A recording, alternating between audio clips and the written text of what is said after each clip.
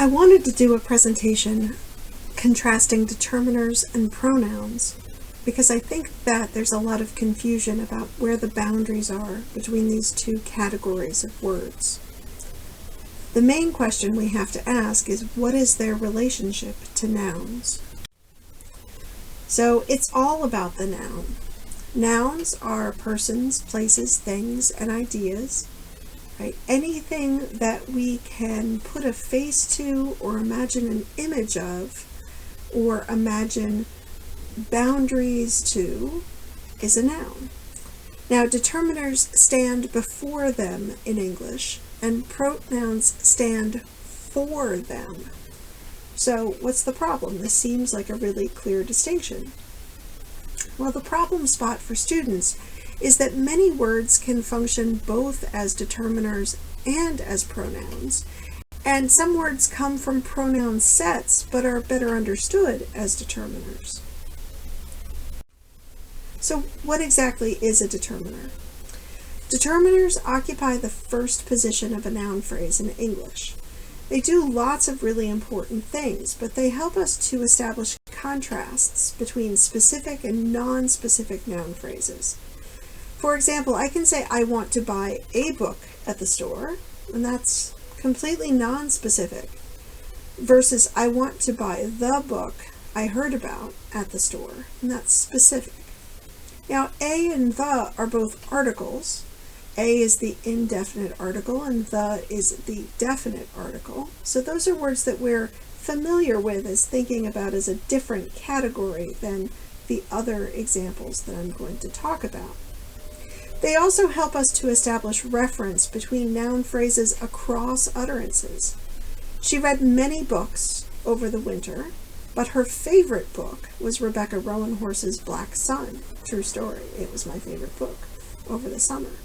Now, many is a quantifier, but it is also a determiner. And her is a possessive determiner. We can see that a determiner can be followed by an adjective. Now, English has three positions for determiners: predeterminers, central determiners, and post-determiners. All my many friends love to read, right? So the predeterminer in that set is all, the central determiner is mine, and the post-determiner is many. All of this is based on Sidney Greenbaum's Oxford English grammar. So this idea emerges mostly from his work. This word versus this, right? I've talked with colleagues and students over and over again about this especially. Many words have both a determiner form and a pronoun form, and you'll notice that I've underlined determiner and italicized pronoun to help us keep track of these. Now, demonstratives are words that point, right? And the grammatical term for this pointing is deixis.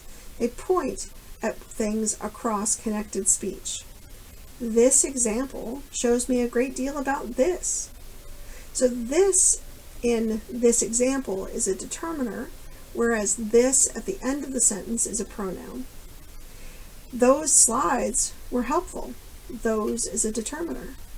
Can I buy one of those? Presumably the person is pointing at a candy jar in a store, right? Where those stands in for the notion of the candy. Now, interrogatives are words that solicit information. What message do you want to get across? What do you want to learn? The what before message is a determiner. What that stands by itself is a pronoun, right? Because we want to learn about determiners and pronouns. So determiners and pronouns is the noun phrase that what is standing in place of. Now, you can also have relatives, words that connect noun phrases across clausal boundaries. I learned a great deal about the subject, which was one of my mother's favorites, right? Which in this case is a relative pronoun that refers back to the subject, the noun phrase in the previous clause. The potential effect might be catastrophic, in which case we won't complete it. which here is the determiner for the noun case. So the end of the story is that determiners precede a noun, pronouns replace a noun or noun phrase and appear by themselves.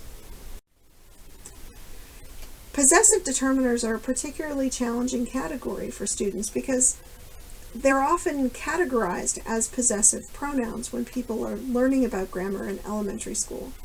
Possessive determiners are best understood as something that emerge or come from the pronoun system but aren't members of it. Possessive pronouns stand in place of a noun phrase. That piece of fruit is hers. Right? Hers stands in place of the noun phrase, that piece, or that piece of fruit. I wanted to give her a piece of cake, but I see that plate is hers already. Now here I'm being a little deliberately tricky because hers is always a pronoun, and her, though, in this case where it is the object, the direct object pronoun, it's a pronoun, but in other cases it can be a possessive determiner.